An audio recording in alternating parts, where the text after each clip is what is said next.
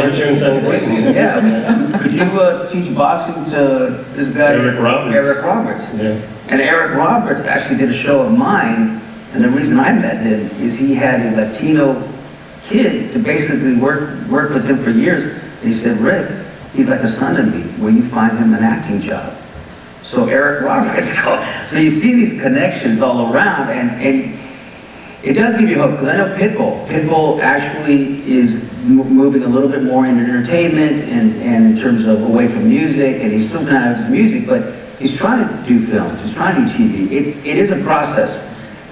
What I would, in that respect, I mean, when you did mention particularly actors, I mean, you name me how many that you can single out that would rival the kind of revenue that or income that a Tom Cruise or a Brad Pitt or a Johnny Depp can have. Who do we have? Antonio Banderas is maybe one, but then, you know, I wouldn't even say right now. not even. He can, on his own, cannot green light a film like a Tom Cruise can. And so, when you talk about are they contributing, to me, I can't look at them that way. I have to say they're doing what they can by being an example for someone like you who's starting out and say, okay, there's a Latino that's doing it. You know, hopefully by the time you get there are many more like you, and then you will be able to, as an artist, give back and produce films and stuff. Because at this point, there is really no one that can do that. I also think, first of all, it's a choice that you make. I made the choice because it's just something I wanted to be more focused on.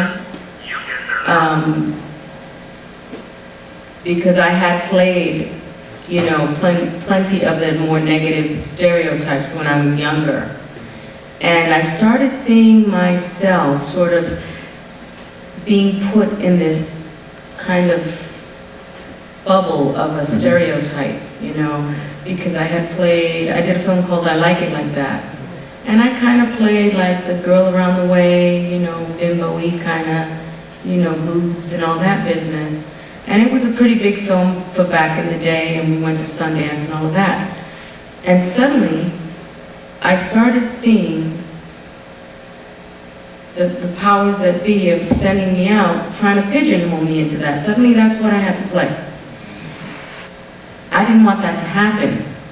So yes, I did make the choice to start pulling away from that. But that doesn't mean that you have to say no to those roles. That's not what I'm saying. For me, the character has to be important. There has to be a story, there has to be a reason. I was no longer willing to be the fly on the wall with the boobs hanging out just because, was my point. You know what I mean? And I do think that, I think times are changing within the Latino culture where there was a real ignorance in the old school days about keeping everybody separate. Oh, yeah, Dominican or Mexican or whatever. I don't see so much of that mentality anymore. There's more of a coming together, finally, I think, where let's create together. Like Enrique was saying, you know, Cubans, Puerto Ricans in the film is, you know, working with a Dominican, whatever. There's more of a mindset of let's stop working against each other, let's start working together.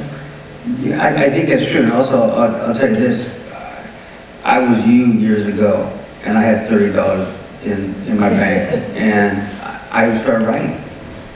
It didn't cost me $30 to write. And I wrote a play, it was Latins Anonymous back in the day.